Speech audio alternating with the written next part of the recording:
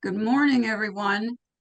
I'm glad to have each of you here with our Caritas Healing Connections meeting for August. So I thank you for all coming. Cheryl Handy will be giving us a bit of an opening here.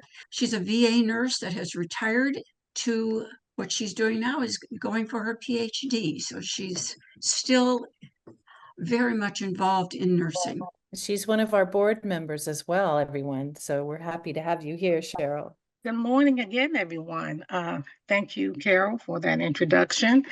And I'm actually not going to do a really deep meditation. As things continue to unfold in my life, I've learned to allow the things to unfold organically. And when I woke up this morning, I said, "What am I going to do?"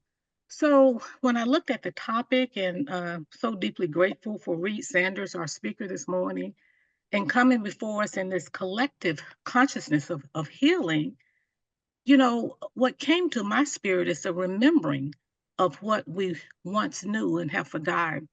Our leader in caring science, Dr. Jean Watson, always reminds us that when we work on our own healing journey, when one are healed, others are healed.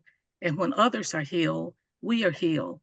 But, this is going back to that ancient philosophy of healing with self, healing from within. So I just want to share two quotes that resonated with me. They are from spiritual leaders who have since transitioned. But one says, "You are a perfect idea in the infinite mind. You are whole now. This wholeness is the only way the universe knows you." This was Eric Butterfield. And see, the emphasis here is on wholeness. And part of what we're still having to remember um, as human beings is that we're already whole. We have been conditioned in these mindsets to think that we're broken and all of these things. But in this collective consciousness, even through Caritas Healing Connection, it is a reminder of who we are, who we really are. And the other quote is, "Humans will deliver themselves from sickness and trouble in exact proportion to their discovery of themselves and their true relationship to the whole." Ernest Holmes, Science of the Mind. So as those words resonate within us, let's just pause for a brief moment, momentarily, and just focus our attention in the area of the heart, our heart center, and just appreciate ourselves in this moment, this space, the opportunity, even in a virtual platform, to connect in this energetic way and radiate those higher vibrations of love and light and energy and healing towards one another, and offer gratitude for each other, again, especially for this platform, for our speaker, as we engage in this collective consciousness of receiving and healing and sharing, as we're pointed back to those sacred sutras in which we also learn in caring science of remembering who we are. And as we do so, continue to breathe the rhythmic patterns of the universe, breathing in love and light, gratitude, and let's breathe out any worries or fears that you brought into this space, recognizing that all we have is this present moment. That's all we have. Entering that Zen Bardo space of curiosity, of remembering, and not being fixated on what we know, but having an open heart of receiving what we are to receive. And as we continue to breathe in, breathe out with the pattern and the rhythm of the universe. And in closing with the centering, I did have a reading I did want to share from Mark Nepo, The Book of Awakening.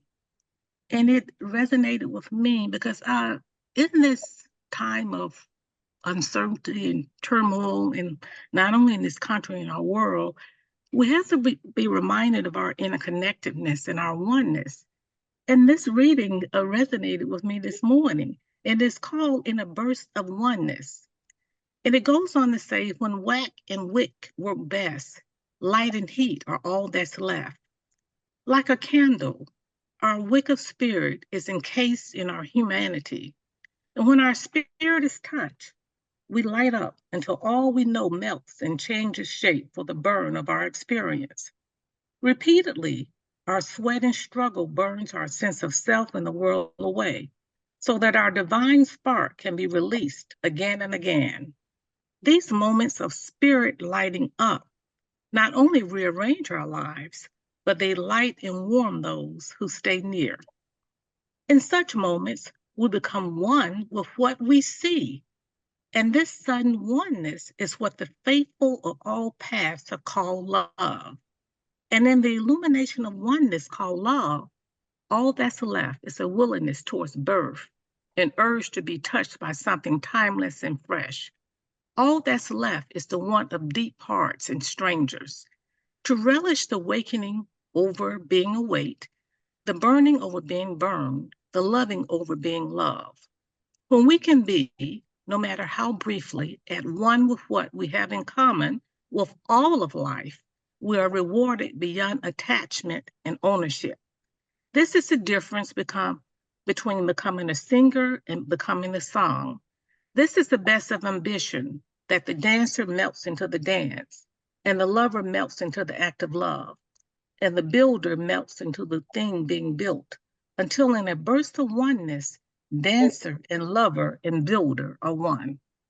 Perhaps momentarily, when swimming with the stream, we are the stream. When moving with the music, we are the music.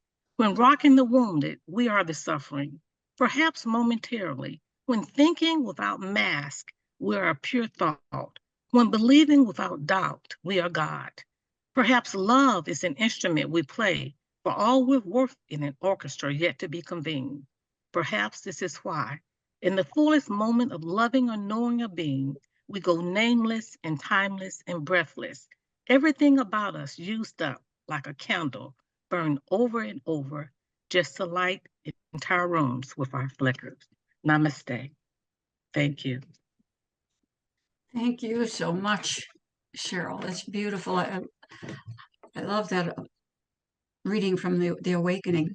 Very, very beautiful. Thank you so much for starting us off in this way. And I want to introduce to you our speaker.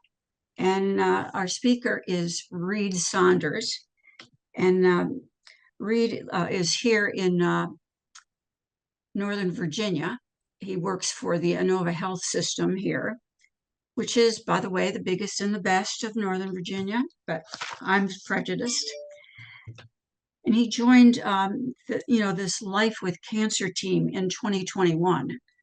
Now, Reid has 25 years of experience of, providing acupuncture, but he also has a specialty. He had taken training to become specialized in oncology acupuncture. He's been, educated in Kripalu Center for Yoga and Health. He's has had background in massage, yoga. His whole life has been surrounded by healing sciences, and quite well healed to give us this presentation today. So I introduce you. We're very honored to have you, Reid Saunders. Oh, well, thank you, Carol. It's a pleasure to be here. And thank you for having me. If you have any questions, I'm going to go ahead and go through the presentation on oncology acupuncture. If you have any questions, I would ask that you hold them. If you want to put them in the chat so you don't forget, that's fine. I promise I'll answer them at the end. And there is an opportunity later in the presentation, if you have your phone handy, your cell phone, and you have the ability to capture a QR code, there is some tabular research reflecting efficacy of acupuncture as seen through the science, that if you have any interest in downloading, you can lock in on that QR code, or you can find it on our website, lifewithcancer.org. So without further ado, let's jump in. All right, so just a quick piece of business. The information contained in this presentation is for informational and educational purposes only. and should therefore not be treated as medical advice. All right, so as Carol said, my name is Reid Saunders. I'm a licensed acupuncturist. I was in private practice for 20 years before coming on board at the Inova Cancer Institute. And my background is varied. I would say my experience at the Kripalu Center for Yoga and Health, where I lived from 1990 to 1993, was very formative. By the way, I went there presumably for 3 months, the summer of 1990, and I stayed for 3.5 years. And the person on the right, Sabrina Frazier, is my partner at the Inova Cancer Institute. So today, the learning objectives, I'm going to offer a brief overview of acupuncture. I know Bill Reddy, in his excellent presentation a few months ago, covered some of this, so I'll be brief. And then we'll talk about how acupuncture can help oncology patients. And then we'll look at some of the evidence-informed science and research surrounding oncology acupuncture. So just a brief review of the educational requirements for acupuncture. Yeah, there are 62 acupuncture schools in the US. 50% of them are concentrated in 3 states, California, New York, and Florida. And there's approximately 8,000 students enrolled at these schools. As far as practicing acupuncture in the US, there's about 38,000 licensed acupuncturists. Again, those are clustered, 50% of them in the 3 states, California, New York, and Florida. The field has grown 2.5-fold in the last 25 years. So it's definitely a growing field. And in order to practice acupuncture in the state of Virginia, we need to, first of all, graduated from an accredited school and then pass the National Board Certification Exam administered by the National Certification Commission for Acupuncture and Oriental Medicine. At which point, we are eligible to be licensed by the Virginia Board of Medicine. And in order to maintain our license, we need to complete 60 continuing education units every 4 years. So let's first review some of the acupuncture basics. I assume that at least some of you know a little bit about acupuncture, but I'll just cover some of the basics. Traditional Chinese medicine is multidimensional in its approach to health. Acupuncture is just one dimension offered by TCM. There's also herbal medicine, Chinese herbs. There are some manual modalities, Tuina type of massage involving acupressure and stretching to address some local tension and to promote health and well-being. Gua Sha involves gentle scraping of the skin using a convex surface. You can even use the back edge of a spoon or a smooth bone, perhaps. And you're scraping the skin with a net effect of bringing blood and circulation to the local area to ease the flow of energy through the area. Cupping is similar in that we are increasing circulation to the local area of the body, but with this modality, we're using suction to do so. Cupping is excellent for soft tissue issues, say in the mid-scapular area. Sometimes I get tense back there between the shoulder blades, and there's nothing like some cupping to help free that up. Moxibustion entails the burning of an herb called mugwort, and that's used most often in conjunction in a singular acupuncture treatment as an adjunctive modality. And basically the goal here is to expel cold from the meridian, the pathway, and introduce heat. Then there are 2 movement modalities associated with TCM, Tai Chi and Qigong, which basically were originally martial art fighting forms, is my understanding. And many, many years ago, they were repurposed, slowed way down, and used primarily for preventive measures to help promote health and keep the qi flowing throughout the body and the system.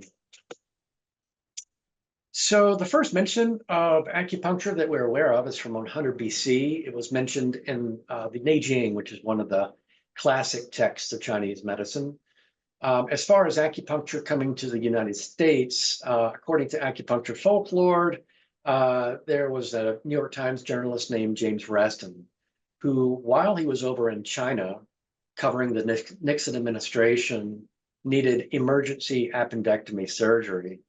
And he apparently was suffering some pretty severe and acute postoperative nausea and vomiting. And somebody said, hey, man, you should try acupuncture.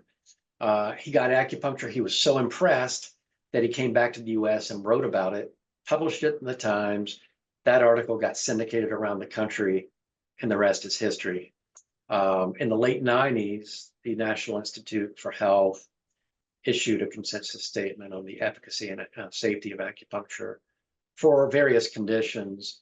Number one in their list of conditions was postoperative nausea and vomiting, which brings us to the present. And there's been at least 14,000 randomized controlled trials in over 60 countries around the world studying acupuncture. So basically, acupuncture originated in China well over 3,000 years ago, and it's currently being practiced worldwide.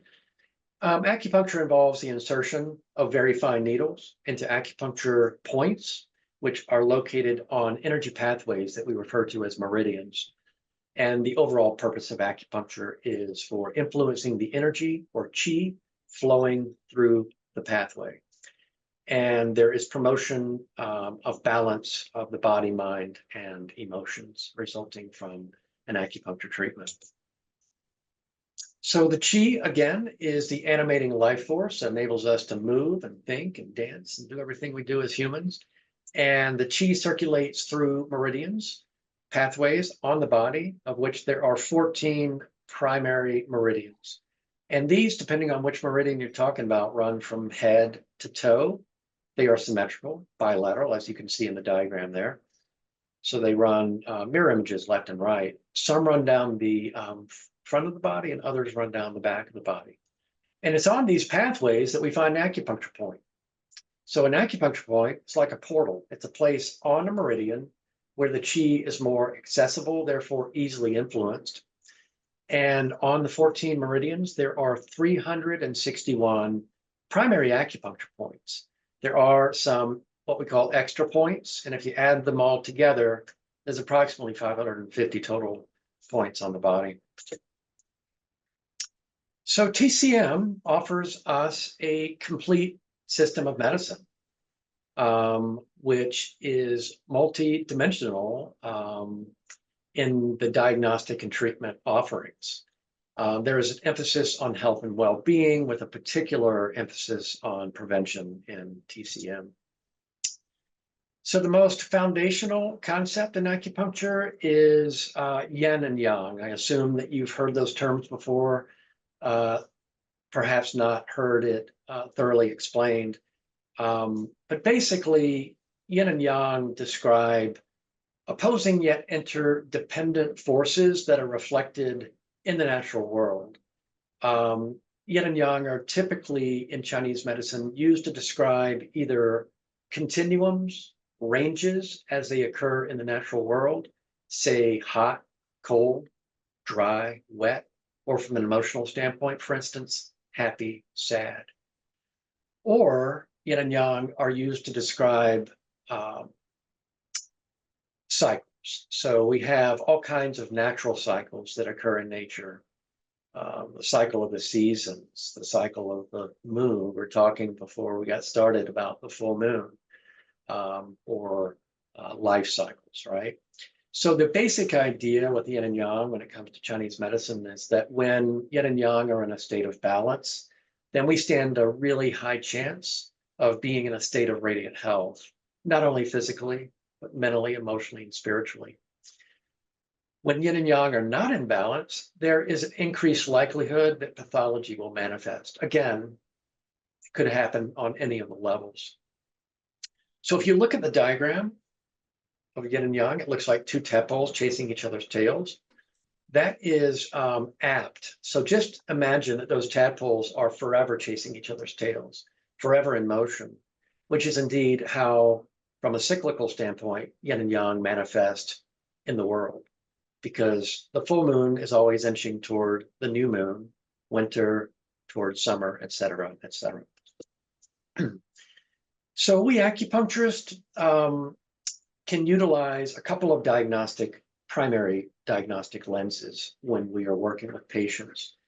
Which of the two lenses a practitioner will lean on and use more than the other may depend on their training, or it may depend on their personal preference. Or in my case, since I use both, even though I was primarily trained in one when I went to acupuncture school, I utilize both because it just widens my toolkit. So depending on what's presenting and therefore needed to treat a patient in the moment, I can use both. So the first one is called the 8 principle model. And this one is best at addressing issues emanating from what we call external causes of illness. These are imbalances in yin and yang, primarily brought about by, for instance, climatic exposure, perhaps extreme heat or cold, or dietary related or lifestyle related. So the 8 principle model is best at addressing a pathology that's rooted in the physical level. Excuse me. With pain being a prime example. We use acupuncture to treat pain a lot. So what we're looking for are what we call patterns of disharmony, which is just a fancy way of talking about yin and yang imbalance. So this is really going to be more of the ranges, right?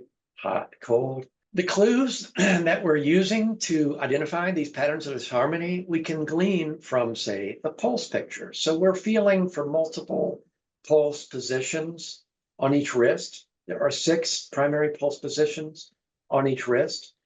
Each pulse position reflects information on one of the meridians. We're also taking a look at the tongue, and we can find clues by looking at patterns that show up visually on the tongue.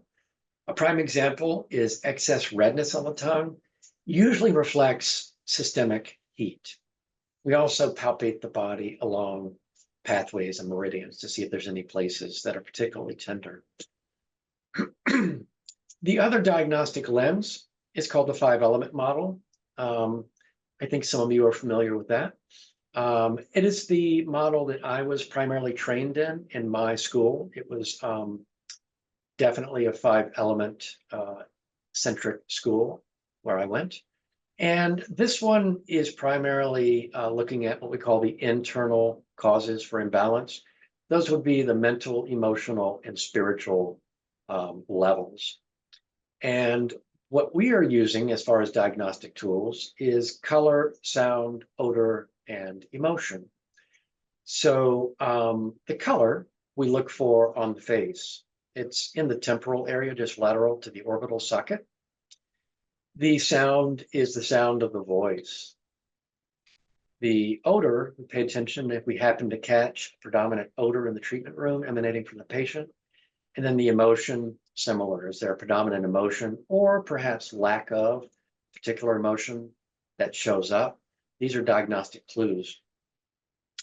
The 5-element model is cyclical. So whereas 8 principle was more the continuum or range manifestation of yin and yang, this is cyclical. So the elements move in clockwise fashion, with the extremity of yang being fire, and then moving clockwise, we have earth, metal, water, which is the extremity of yin, moving back up toward wood, back up to fire. So the 5-element model really does emphasize and recognize the primary importance of tending to the spirit, and we'll say a little bit more of that about that in just a few minutes. On that note, Cicero has suggested that diseases of the soul are more numerous than those of the body. So we really do want to have awareness and tools if indeed we ascertain that the root of a particular imbalance that's manifesting in the treatment room is grounded in an imbalance of the soul or the mind or the spirit.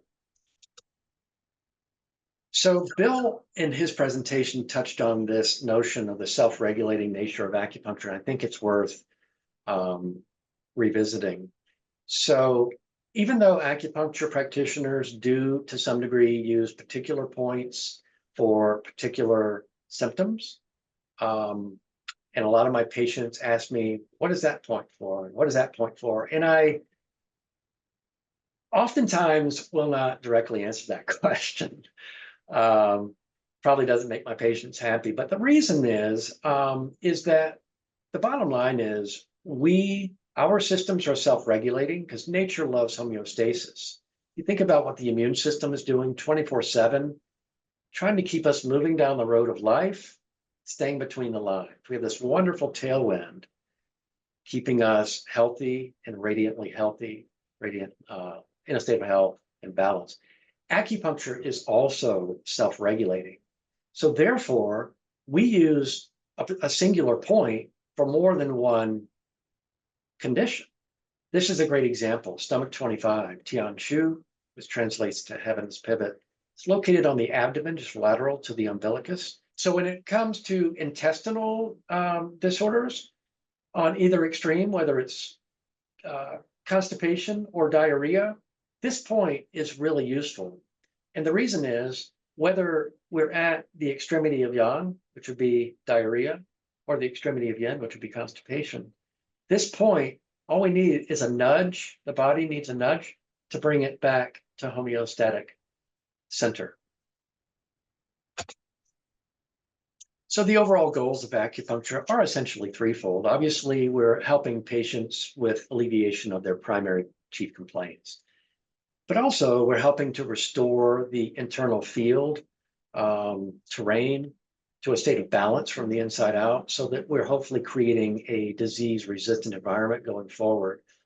And then hopefully we are fostering emotional resilience also going forward.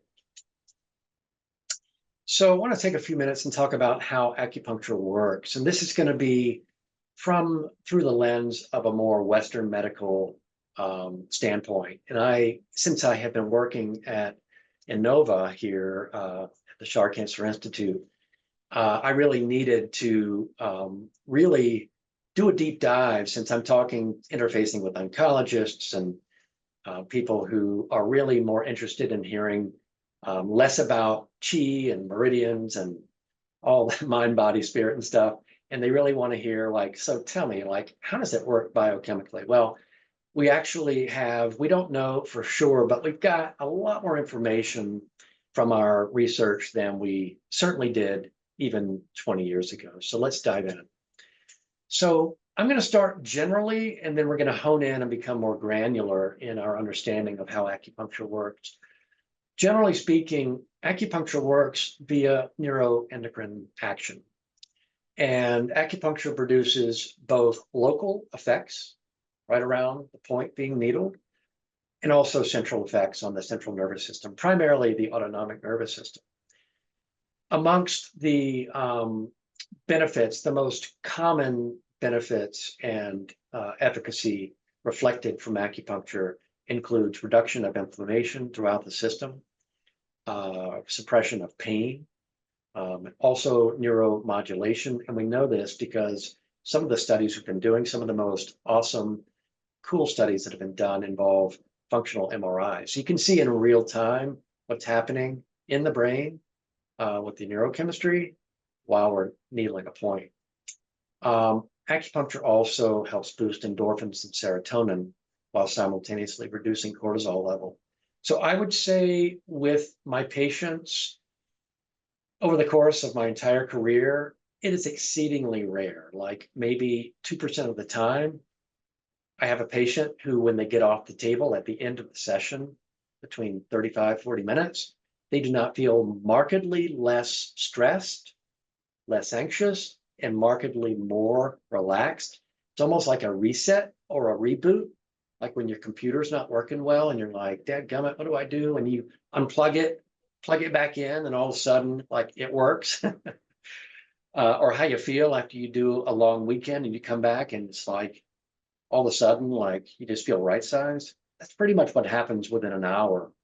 And it's largely because of this endorphin boost and reduction in cortisol. Also, acupuncture helps promote the release of the body's natural opiates. It turns out we have a world-class medicine chest in our bodies with the most powerful opiates on the planet.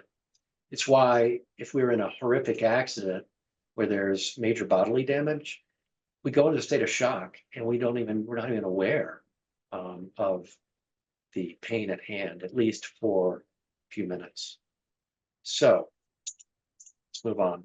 So in general, acupuncture involves the stimulation of nerve-rich areas of the skin surface, which then influences tissues, glands, and organs, and various functions of the body.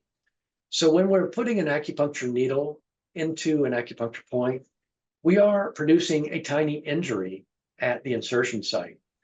The needles are very, very fine. We're talking about 2 or 3 hairs on your head in terms of the gauge. So for the patient, it is such a slight injury that there's little to no discomfort. But there is enough of a signal that the body knows that it needs to respond. And we're going to talk in considerably more detailed length about this specific signaling in just a moment. And the result of the signaling and the response by the body is stimulation of the immune system, promotion of circulation to the local area, and pain modulation. So we know from the research that has been performed on this subject that there are many signaling and biochemical pathways that have a direct influence on acupuncture in terms of its therapeutic action that shows up in the treatment room. But probably most significantly, we have come to learn that acupuncture appears to facilitate and initiate a process in the body that we refer to as purinergic signaling. And what purinergic signaling is a system in the body utilizing 2 neurotransmitters, specifically ATP and adenosine, for facilitating and regulating all of the body's organ systems and all of the body's tissues. So we're talking about a system, purinergic signaling, that acts globally. It's ubiquitous. So therefore it affects the entire body.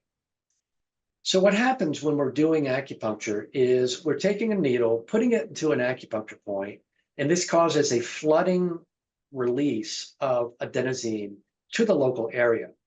It turns out that an acupuncture point contains up to 24 times the amount of adenosine than at a non-acupuncture point. When we're doing research, say a randomized controlled trial where we're trying to have a control like and do a blind study, and we're using a so-called sham point, we'll get into this in just a minute, we will sometimes put a needle into a place in the body that's not an acupuncture point. There is some local action there from an adenosine standpoint, release, but not nearly 24 times. So the needle goes in, adenosine comes flooding out, and then the adenosine molecules bind to local receptors, nerve receptors, that then send signals to the central nervous system, the spinal cord, and the brain. And in the brainstem, there's regulation of autonomic nervous system functions that then affect immune support, or immune functions rather, cardiovascular functions, and digestive functions. And in the higher brain center, there's modulation of pain. So adenosine and ATP catalyze just a huge wide range of events, which has the net result of affecting and regulating all the tissues, all the organ systems, and every one of the body systems. So now we know a bit more about not only how acupuncture works in the body, but how and why it's so effective at such a diverse range of clinical areas. So it occurred to me when I was learning about this that, I don't know if any of you watch football, but in football, at least on offense, every play runs through the quarterback. And the quarterback then has choices. He can run the ball, he can hand the ball off, or he can pass the ball. But there aren't any touchdowns, at least on offense, scored without the ball touching the quarterback's hands. And it appears that adenosine acts in the body similarly. So this first quote talks about the importance of adenosine for human health, which cannot be overstated. And they refer to it as a ubiquitous nucleotide that is integral for the regulation and the functioning of every tissue and organ in the body. And the other quote talks about the unique pluripotency and omnipresence of these purines, ATP and adenosine. So they're really vital. So here we can see in more granular detail the neuroendocrine action of acupuncture. So starting with the local effects, an acupuncture needle penetrates an acupuncture point, and you have local activation and expression of afferent nerve fibers A, B, and C, which sends somatosensory data to the central nervous system. We have release of aminobutyric acid, GABA, which is an inhibitory neurotransmitter, which inhibits pain, but also inhibits anxiety and fear. We also have release of histamine to the local area. Histamine causes blood flow to rush into the area. It also plays a part in modulation of pain. And then, by virtue of the purinergic signaling we just talked about, there is a cascading release of various neurotransmitters and biochemicals, including adenosine, dopamine, serotonin, noradrenaline, substance P, and opioid peptides to the local area, almost all of which have a huge part in pain modulation, which is one of the strongest uses and recommended uses for acupuncture. Also, all of these neurotransmitters and biochemicals help modulate anxiety and increase relaxation. And then as far as the central effects go, the central nervous system, we have increased release of endorphins and serotonin and decreased activity in the insula and limbic areas of the brain. Again, both of which help with ramping down the fight or flight sympathetic nervous system response and ramping up the rest and relax response brought about by the parasympathetic. We also have a decrease in activation of the so-called pain cortex in the S1 and S2 regions of the spine, or the brain rather. So this really gives us a more general and clear sense of how acupuncture works. So let's move into our talk about acupuncture as it pertains to oncology. I pulled a few stats off of the American Cancer Society website. Cancer remains the second most common cause of death in the United States. It's exceeded only by heart disease. Approximately 40% of Americans will be diagnosed with some form of cancer in their lifetimes. The good news is that if we pay attention to our diet, we exercise, and we don't smoke, 42% of cancers are considered preventable. As far as cancer trends go, there's more good news, which is that in the last 50 years, there's been a 20% increase in the survivability of a cancer diagnosis. So today, if we're diagnosed with cancer, we have pretty much a 70% chance of surviving that cancer diagnosis. Probably the most troubling trend is in the realm of colorectal cancer diagnoses in the under 55 population. In the last 20 years, there has been a 30% increase in diagnosis and 20% increase in cancer deaths due to colorectal cancer in the younger population, which almost assuredly is attributable to environmental causes. We are trying to figure out specifically what those specific causes are, but I don't think it's rocket science. We're being bombarded by chemicals through our food supply, water supply, microplastics, the air we breathe, pesticides, et cetera, not to mention the increase in obesity, metabolic disease certainly attributes to this trend. So there is an increased evolution in oncology toward what we call integrative oncology, which is basically integrating and combining the conventional cancer treatments we know so well that have been around forever, radiation, chemotherapy, et cetera, with the best of evidence-based modalities such as acupuncture and also mind-body practices, yoga, meditation, Tai Chi, Qigong, mindfulness, meditation, with perhaps lifestyle modifications, diet-related, Exercise, huge. So we're talking about a much more holistic approach to cancer treatment, and the data is screamingly positive for taking this holistic approach, not only for acupuncture, but for exercise. Mindfulness is coming through with some incredible data because the brain chemistry changes literally when we meditate as well. We can literally remap and rework and regroove our brain pathways, which helps reduce anxiety, which helps us sleep better. When we sleep better, the battery gets charged and everything improves.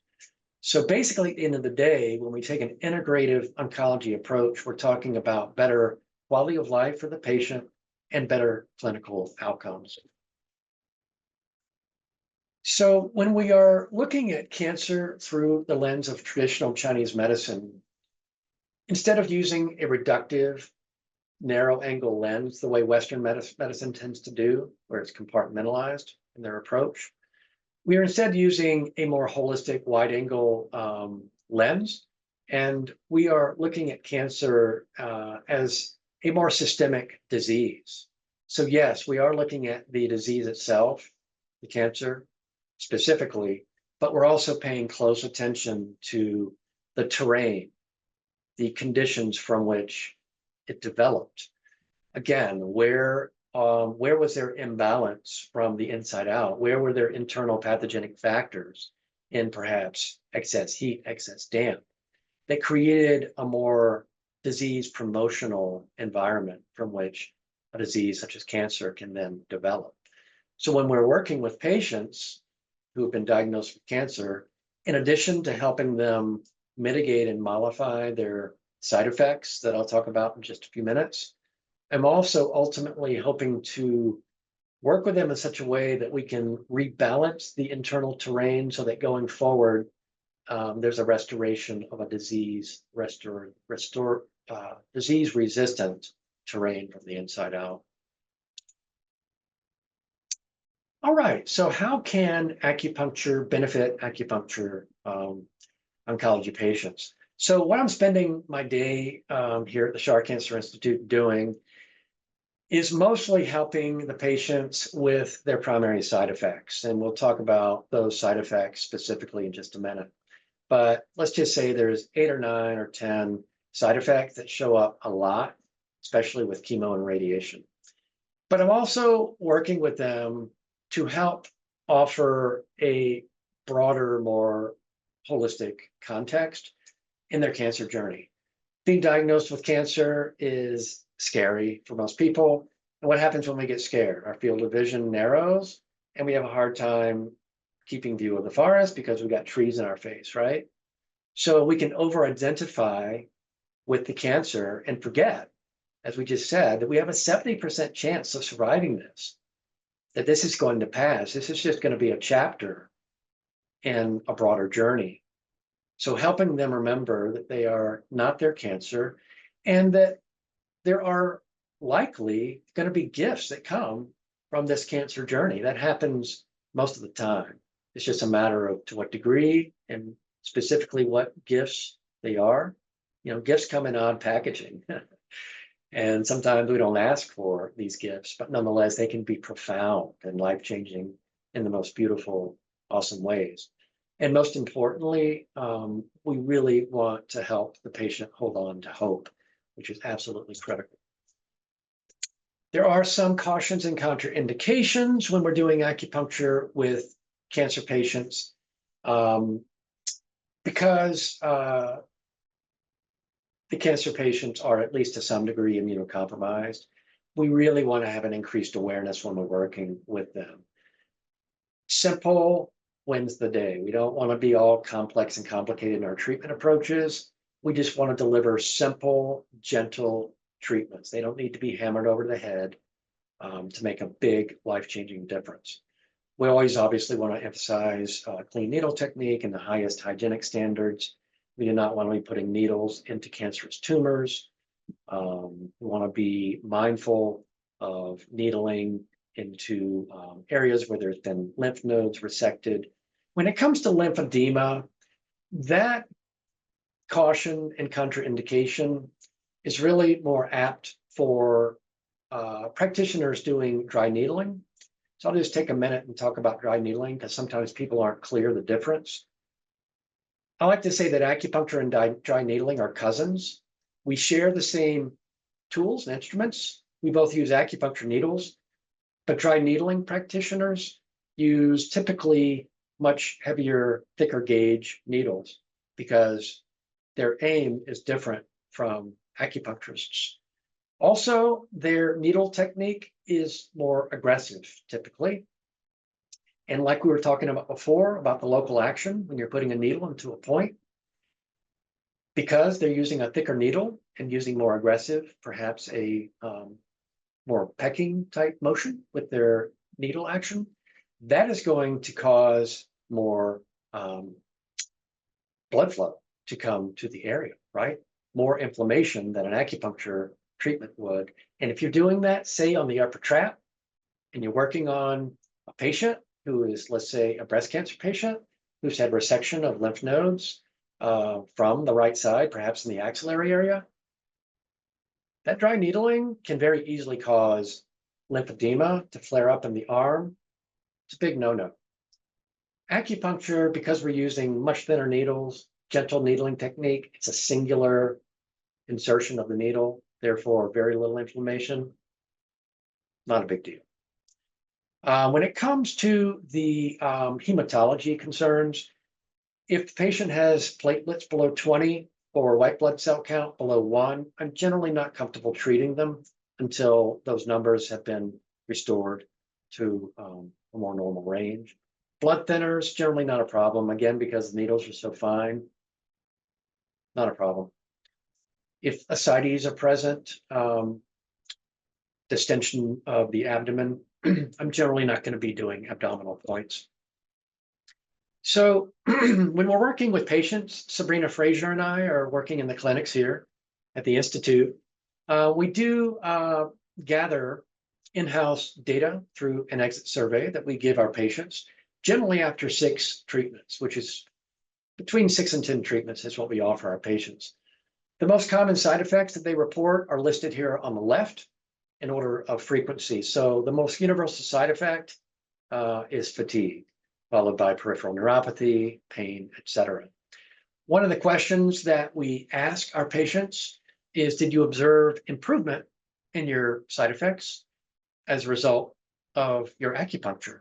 And to date, we've gathered, I don't know, 330 or so of these surveys. And so far, 89% of our patients have said, yes, they have gotten measurable relief from their primary complaints. So we have really high efficacy. Yes, it is anecdotal data, but I'll take it. These are some of the reports that the patients have offered us on these surveys, talking about their fatigue, hot flashes going away, peripheral neuropathy disappearing, improvements in digestive, whether it's diarrhea or constipation, dry mouth getting better, hands and feet feeling better, and then insomnia improving. So what does the science have to say about acupuncture anyway? There's been roughly 14,000 clinical trials performed thus far in acupuncture. Originally, much of the early research on acupuncture was generated and funded by the VA and the NIH, and working with soldiers, veterans. And as you can imagine, a lot of what they needed help with was trauma, physical pain, and PTSD. But in the last 20 years, there's been a growing number of research trials performed on oncology acupuncture. So that comes in very handy for we oncology acupuncturists.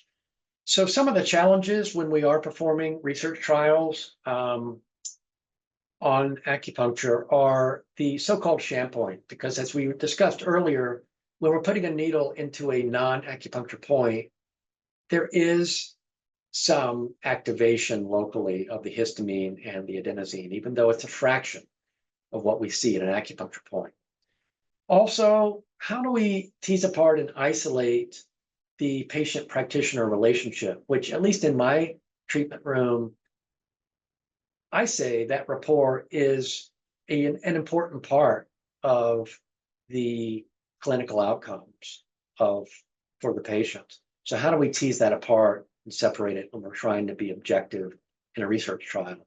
Similarly, when it comes to the psycho-spiritual benefits of acupuncture, and we'll touch on that toward the end of my talk, how do we quantify those kind of benefits, which in my opinion are the best? Transformation is really what I'm going for in my treatment room. So again, how do we identify those in a randomized controlled trial? Perhaps there's not a need to. So we know, as I've mentioned, we have really excellent results that Sabrina and I are hearing about in our treatment room every day.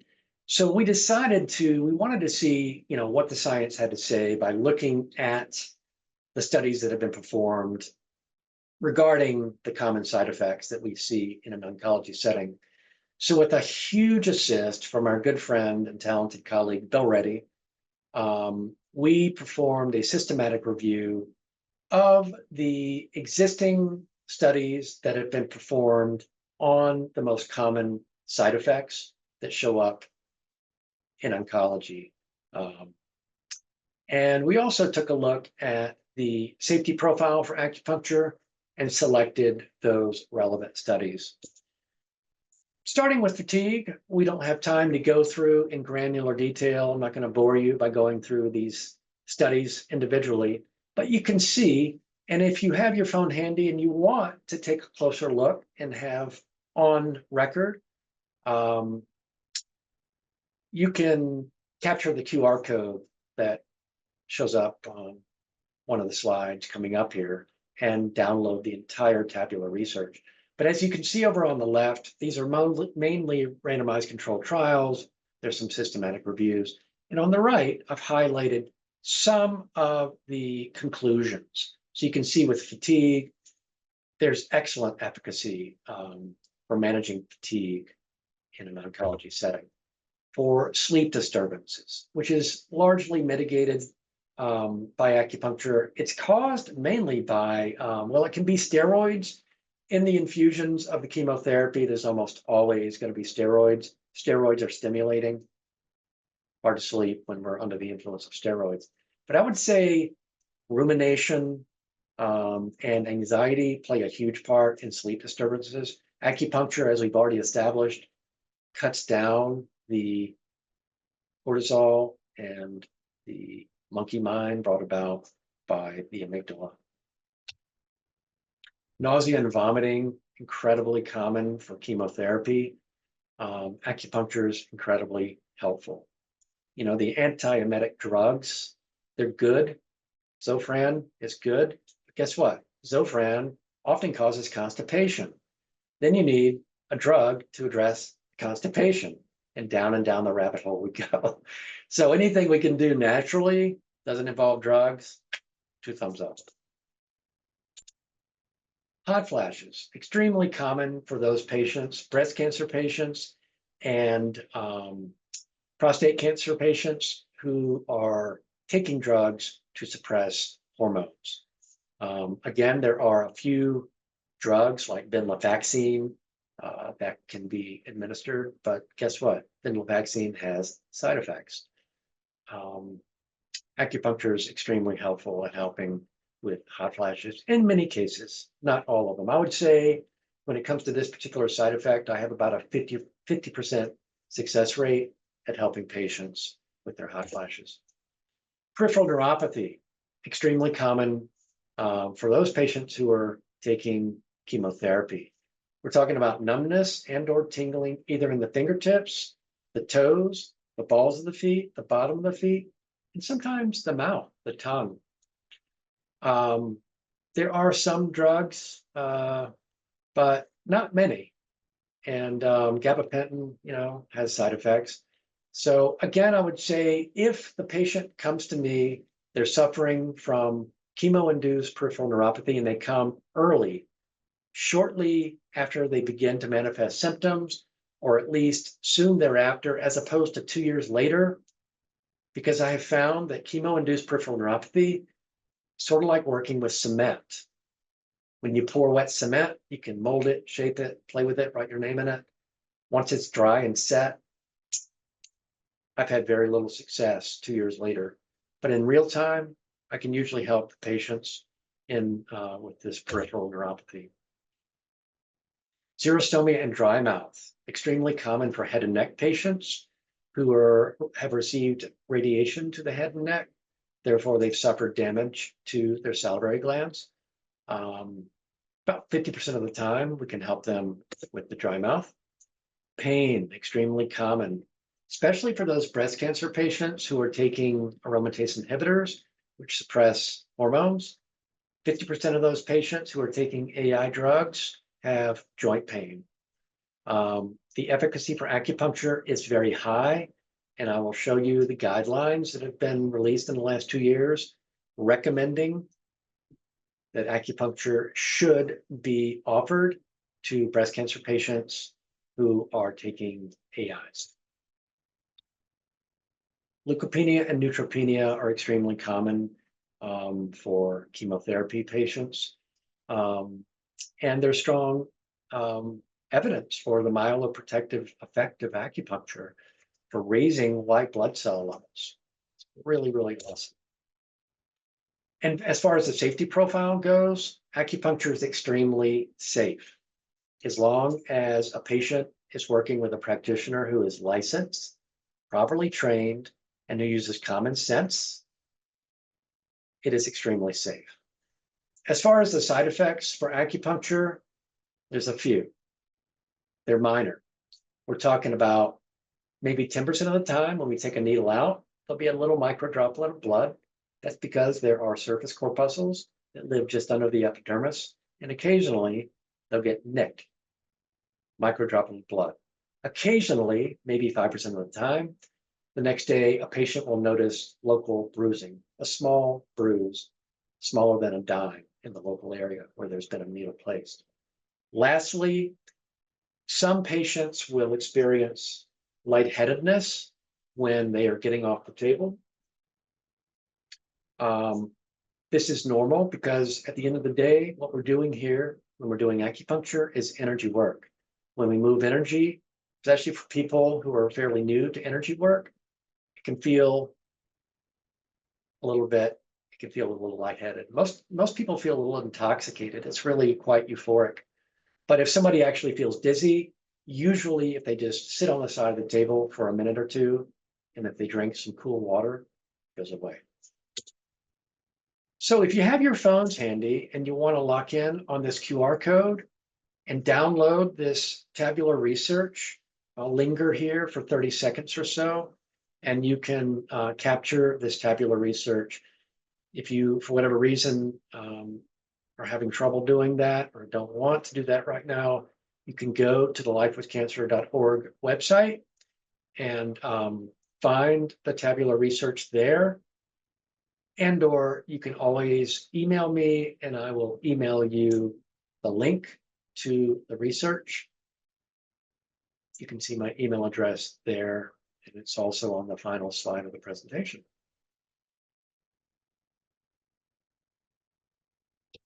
Okay, so SIO, the Society for Integrative Oncology, issued these guidelines here over the last couple of years for integrative therapies for aromatase inhibitor-related joint pain. As I already stated, 50% of the breast cancer patients who are taking AI drugs experience joint pain. It's pretty high.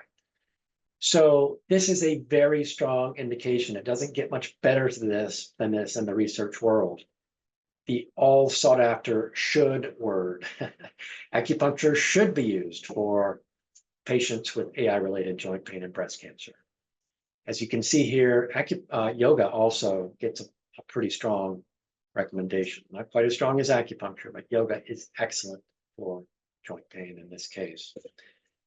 This is a joint set of guidelines issued by SIO and ASCO, the American Society for Clinical Oncology, for a more broad set of guidelines for pain management in oncology. At the top, again, there's the AI-related joint pain. And then even though for the other types of pain, as far as acupuncture goes, the evidence isn't quite as strong. They don't have the word should in there, and instead they use the word may. But as we've already established, because acupuncture is so safe that, and the upside is so strong, as we've already established from our tabular research that we just went through, there is no reason that we should not be offering acupuncture for any of these varieties of pain. This is fairly hot off the presses. This is a study that was released in 2024 for acupuncture for radiation-induced xerostomia and head and neck cancer patients. It's a 3-arm randomized clinical trial comparing true acupuncture to sham acupuncture to general oral hygiene. And by far, I think 31% of the true acupuncture experienced relief from dry mouth, as opposed to 17% for the sham group and 14% for the oral hygiene. So recommended. And I wanted to mention this as well. So this is a really wonderful, I don't know if you call it study so much as research that is from a wonderful acupuncturist I had the pleasure of meeting at the SIO International Conference in Banff last fall, which, by the way, if you haven't been to Banff and you love mountainous beauty that's world-class, highly recommend you put it on your bucket list and go. Beverly de Valois, and she released these international multidisciplinary peer-reviewed recommendations for the safe practice of acupuncture in an integrative oncology setting. So these are very thorough, and she pretty much dispels any lingering concerns and doubts as to why we should hesitate to offer acupuncture in an integrative setting. So if you want to have a closer look, this is open source research. Please have a look. It's wonderful. So as we begin to wind down, the key takeaways from our discussion are essentially that integrative oncology, which combines the best of evidence-based complementary modalities with the traditional oncology treatments, improves clinical outcomes, bolsters a patient quality of life, and reduces suffering, bringing ultimately more ease to their cancer journey. Acupuncture helps alleviate symptoms and side effects, also helps restore and maintain the internal balance of body, mind, and emotions, and helps increase resilience. There's increasingly strong scientific evidence to support the inclusion of acupuncture in an integrative oncology setting and model. And there is an exceedingly low risk file for acupuncture. So as long as the work is being performed by a properly trained and licensed practitioner, there's no reason not to do it. If you want to learn more about acupuncture, but you don't want to get bogged down in abstruse theory and overly technical books, these are two that I highly recommend. They are really interesting reads. If you want to learn more about integrative oncology, these are terrific resources, SIO and ASCO. Also, the Anova Peterson Life with Cancer website, lifewithcancer.org. So, acupuncture renders, at its best, not just therapeutic benefits for the patients, but also transformational experience for the patients. And it is these, what I call psychospiritual benefits that, as I said earlier, are more difficult to quantify and to capture in a research trial. So in closing, I wanted to share with you all a few more patient impressions from our acupuncture clinics that speak to some of these psychospiritual benefits.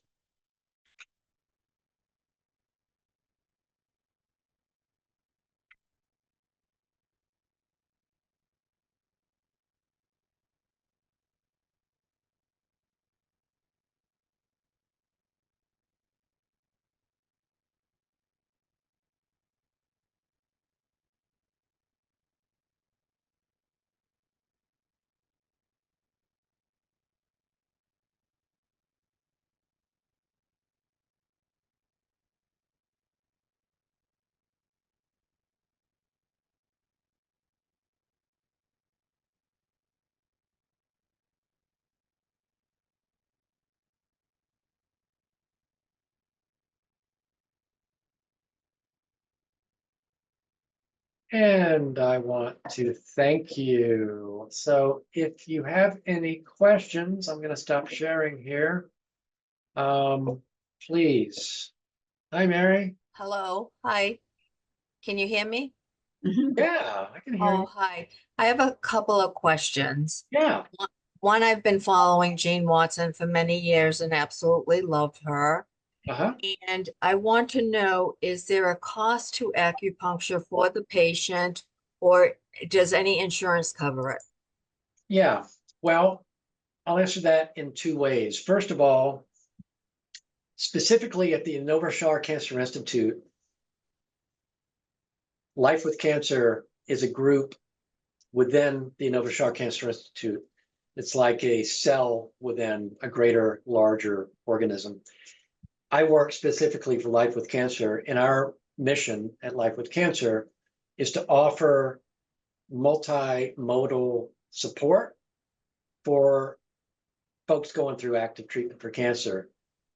We are philanthropic and nonprofit, and by virtue of that status, all of our services are cost-free. So our patients do not pay anything to come in and get acupuncture here at the Innovashar Cancer Institute. In the greater world of private practice, yes, practitioners are in business for themselves, mostly. They may work for other groups or hospitals. And it really is a practitioner by practitioner, as far as who takes insurance and who doesn't, whether they're in a cash-only boutique practice. And also it depends on a particular individual's insurance policy. So when I'm discharging my patients and they have gotten benefit from acupuncture and they want to keep getting acupuncture, I give them a list. That's a starter list with 8 or 9 names on it of people in the Northern Virginia area in private practice. And I first tell them, look at your own insurance policy and see what the offerings are for acupuncture. And then you're going to need to do your due diligence and check out each practitioner as far as their payment. Does that help? Yes, and one more thing Yeah. is the reason why I watched you when I first heard about you through LinkedIn was because my sister was just recently diagnosed with ovarian cancer and has just started her chemo. She just had her second dose of chemo. So of course, all the usual symptoms regarding nausea, vomiting, fatigue, insomnia is what she's dealing with. And Yeah. I wondered, and maybe this is not the forum for this, if you can tell me, where I'm not an acupuncturist, but I am a nurse and Yeah. I also have worked in therapeutic touch. Is there anything I can do to lay my hands on those particular sites to treat that, or go above the body to treat that in any way, those symptoms? Well, Mary, what I will tell you is, speaking very generally, well, where does your sister live? Let me ask you that. In south of Boston. South of Boston. Okay. I would encourage you to encourage your sister to seek out acupuncture and find a licensed practitioner who has some experience. They don't necessarily need to solely be treating oncology patients, but who has experience doing so. That would be my first recommendation. As far as what you can offer your sister, any emotional support is going to be helpful. Going through cancer treatment is no walk in the park. It's scary, it's anxiety provoking. As far as laying hands on her, I would encourage you to utilize any tools and expertise and experience you have. If you have any training in Reiki. So Carol would probably be the one to answer this more specifically as far as energy work, but anything you can do to provide comfort and energy balancing to her, whether it's through touch or chakra work, working in the etheric or auric fields above the physical body, is going to be good. But I don't know if you have any training in that regard or not. Well, I actually studied therapeutic touch in 89, I think it was. So I've been practicing that since then. Oh, well, there you go. Yeah, Yeah, please. I mean, that's wonderful. yeah. Thank you. Thank you. Thank you so much. I appreciate your Oh, yeah, of course. presentation. All right, let me open the chat box and see. I see some questions rolling in. Let's see. Found the idea that the cancer patient is not the cancerous tumor, but the whole person. To focus on the whole being. You like that? Good. Yes, I concur. You know, Western medicine, as we know, tends to compartmentalize. You know, we have the foot doctor and the blood doctor and the mind doctor, you know, if you're a psychiatrist, you know, or the OBGYN, you know. So there's this tendency through specialization to really almost lose the humanity when we're working in the Western medical model, including in oncology. But the good news is, like I said in my presentation, that is changing. And I will tell you that at this point in 2024, if a cancer center wants to think of themselves as being cutting edge and amongst the top tier in the US, if they are not actively practicing integrative oncology, they're behind the times. That is so 20th century. 21st century oncology is holistic. So there is less likelihood that there's going to be compartmentalization. Dry needling, is it more beneficial for muscle pulls or muscle overuse, such as tennis elbow? I would say yes and yes. I'm not a dry needling practitioner. That would be more of a question for a physical therapist who is going to be more likely to be the practitioner offering that. So I'm not an expert, but basically dry needling is excellent. Typically, they are not worried about the mind, the emotions, or the spirit, only with the physical level, which is fine. It's great for purposes at hand. So let's say I've got a jacked up upper trap because I'm spending 14 hours a day with my shoulders like this because I'm working at the computer, right? And I go to PT and I've got this big old knot up here. And my PT says, I think you could use some dry needling. They're going to take the needle and they're going to root around with their finger first and palpate until they feel the place that's the tightest. And the patient goes, oh, yeah, that's it. They'll take the needle and go right for ground zero in the middle of that Charlie horse. And they'll do a pecking motion with the needle until it engages the muscle spindle in the middle of the muscle belly. And then it kind of grabs the needle, sort of like if you ever fished with a fishing line when you were a kid, where you just had like a worm on and you get a bite and it pulls. That's what it feels like if you're the practitioner. I experience that sometimes too when I'm needling the patient. And that causes that muscle to release. So yeah, I would think it would be beneficial for muscle pulls, overuse, and tennis elbow too. Okay, any other questions? Yes, Cheryl. Yes, Reid, just wanted to thank you for an awesome presentation.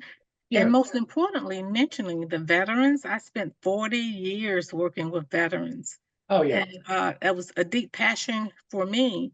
But prior to my retirement, I also worked in our integrative program at the Atlanta VA called Whole Health. Oh wow. Patty also works in that Whole Health program. And we did what we call battlefield acupuncture, as Yes. well as acupressure with our Yeah. veterans. That was very beneficial. But one other thing I do want to mention is that you mentioned earlier in the beginning of your presentation, as integrated as acupuncture is, it's a component of energy healing and all of those components. Why do you think someone who's engaged in it daily, that there is not, I can't say an awareness, but even in the presentation, you talked about the clinical trials, the RCTs and all of that.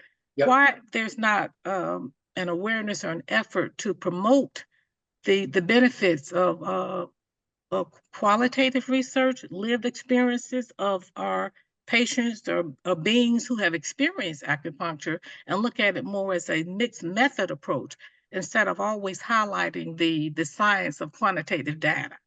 That's a great question. I'm aware of the time. I'm fine with the time if you guys are fine with going over Are we good, Carol? Is 12:20? Are we good? I think if the folks want to stay, it's fine. Okay, You know, that's fine. I'll stay all day if you guys want to keep talking.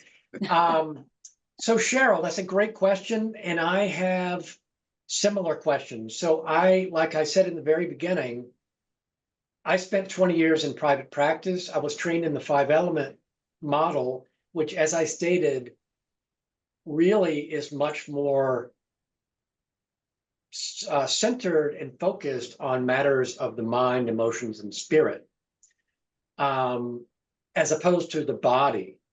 So 5-element, if you take the whole pie chart that comprises all the acupuncturists out there, we 5-element acupuncturists are a much smaller piece of the pie, maybe 20 to 25%. I think it's the tastiest, most awesome part of the pie, but I'm biased. I own that. I agree. But there is a place for both. Now,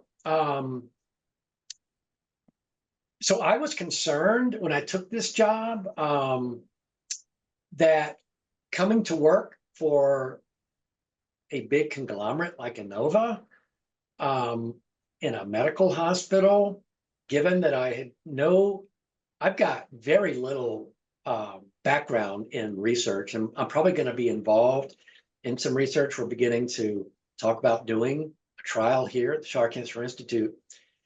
But I had no research, and I was concerned that if I were to come work here, that my wings would be clipped.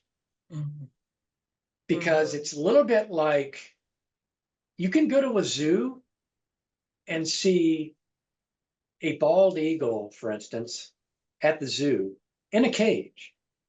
Yeah, you're looking at a bald eagle.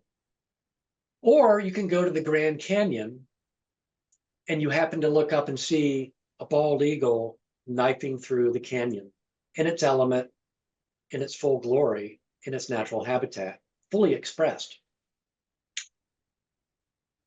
I have heard and actually talked to practitioners who work at other cancer centers where their wings are clipped, those acupuncturists, because they're only allowed to use points that have evidence-based efficacy as reflected in the RCTs. And I just think that is tragic. That's like taking a beautiful creature and putting it in the zoo. It's awful. But I will be an advocate. So far, I've been free to practice the way I choose, Sabrina and I both.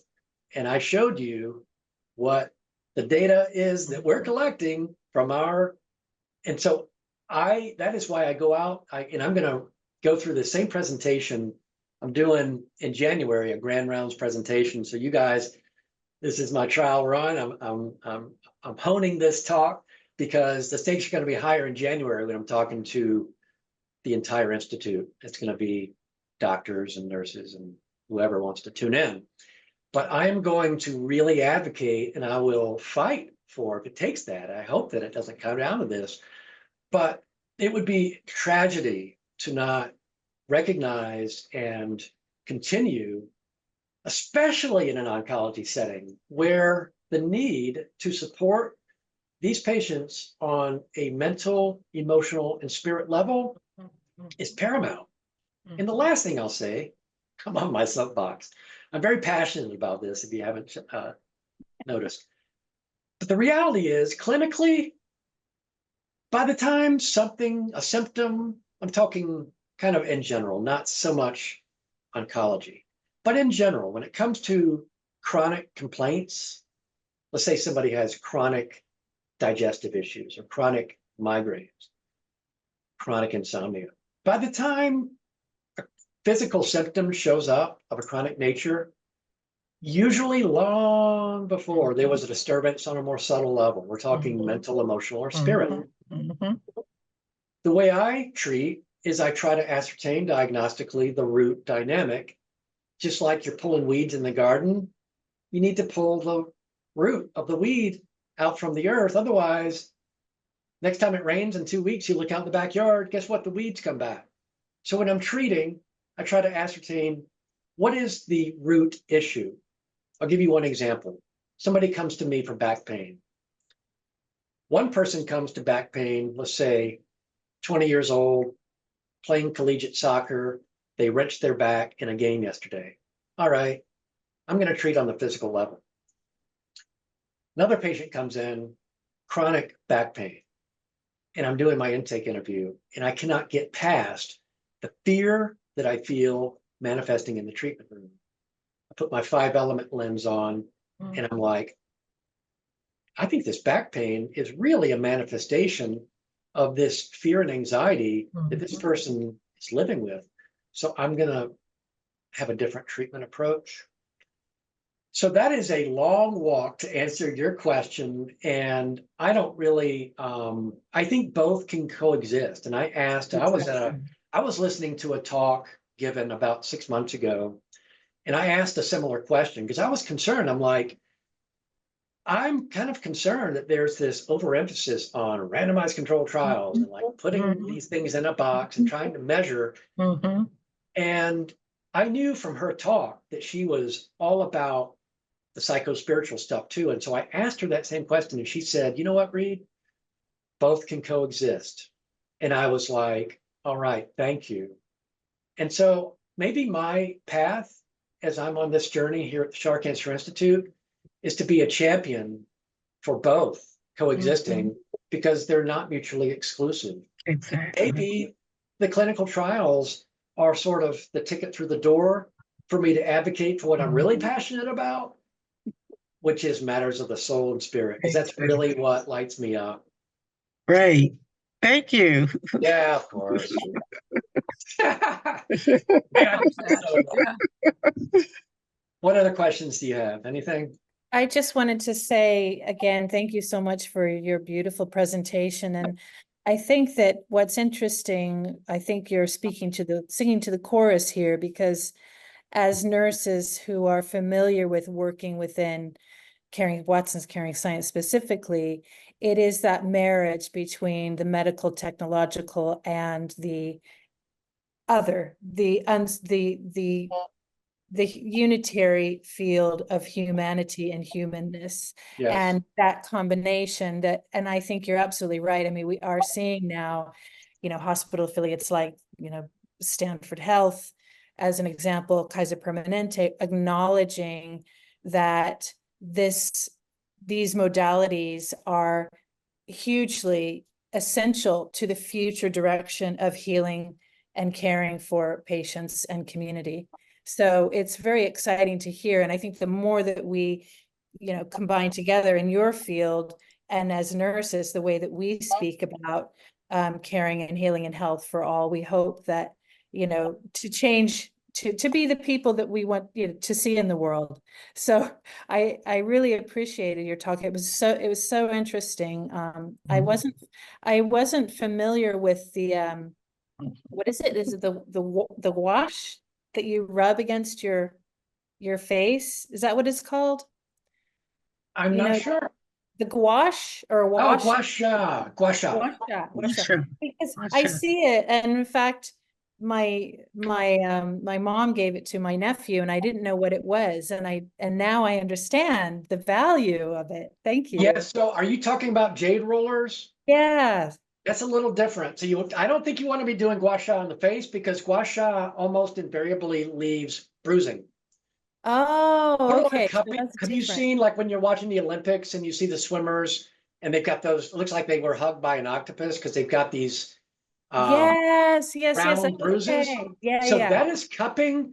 Gua sha is similar, but it's not circular bruises. But what you're doing, and before I do it, if I recommend it in the treatment room, which I generally don't do it much at Shar, but in my private practice, if there is a lot of tension it's really good in the mid-scapular area and upper traps. And you can release tension through there. And most of us, myself included, have tension there, right?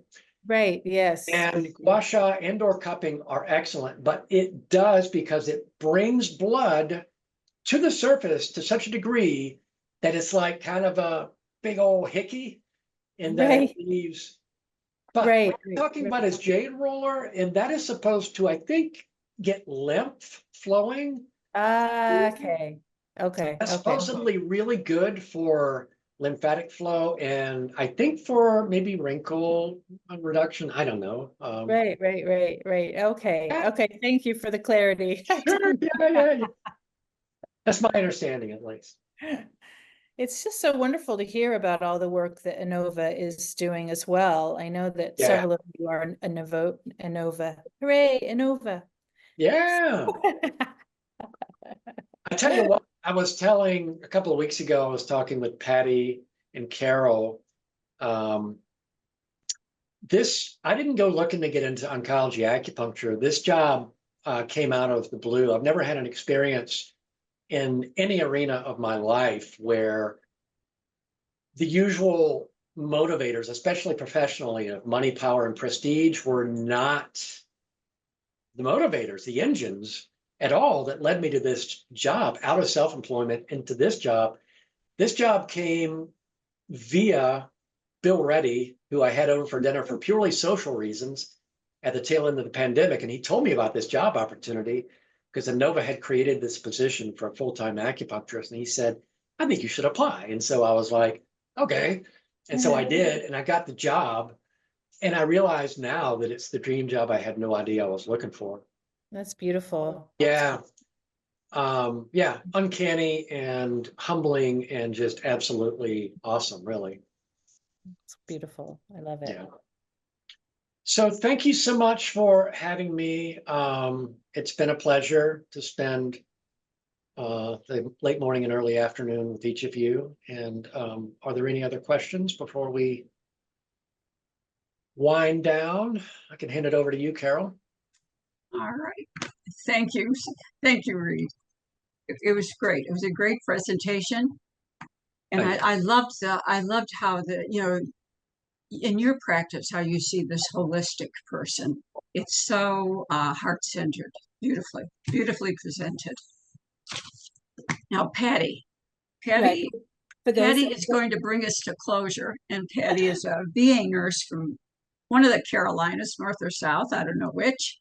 And she's still in nursing as the holistic nurse, as the energy nurse or integrative nurse for the VA, for the enough talking. These soldiers. people want to leave because it's over time. Thank you very much, Carol. And Cheryl already knows that we live by whole health for our veterans. That is our mantra right now, so that we truly incorporate Eastern and Western medicine, and it has changed the lives of not only the caretakers of our veterans, but the staff that work there, and of course our veterans. So if you want to stay around just for a few minutes more, what I want to add on to, since Reid spoke so much of the 5 elements, this is the practice that I do every day. It's the 5-element meditation. So if you want to stay, please stay. And if not, thank you for being here, for Reid's knowledge and his sharing of that. But if you just go to your heart, which he talked about, that being the fire element, that is the yin organ. So if you want to close your eyes or lower your gaze and just put your hands over your heart, the fire element, the yin organ, the yang organ is our small intestine. And this fire element deals with joy and sorrow. So breathe in the color red and color your heart top to bottom, inside and out, with the color red. And breathe in joy and breathe out some sorrow.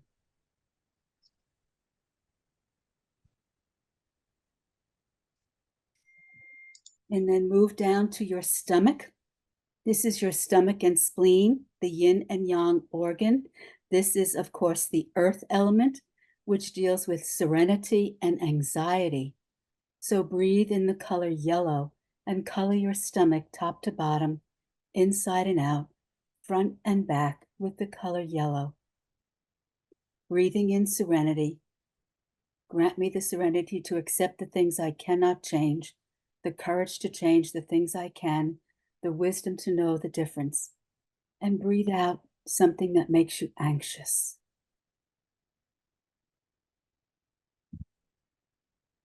And then move to your lungs.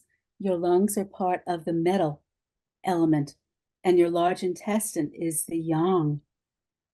So breathe in the color white and color your lungs top to bottom, inside and out, front and back with the color white.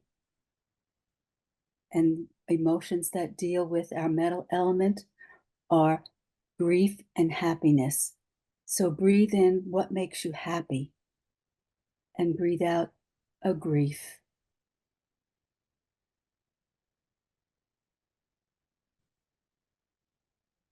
And next move down to your urinary bladder. This is the water element in our Chinese meditation.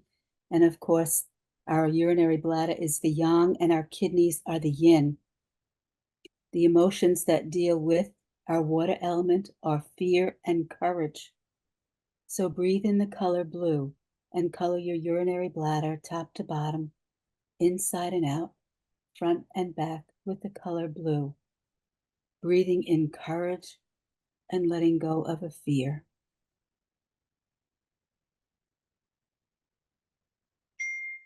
And our last element is our wood element.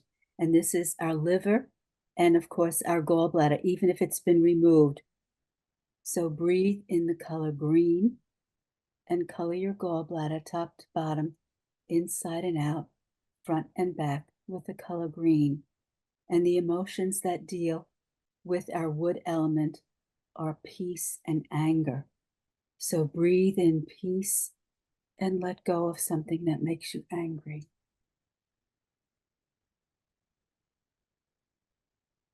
And come back to our heart. The heart of unconditional love, of compassion. And this is where we hold each other. We hold our community. We hold the people that we play with, pray with, and our world. And we rest in that. And thank you for staying for this. Thank you, everyone. We'll see you next month. See you in September.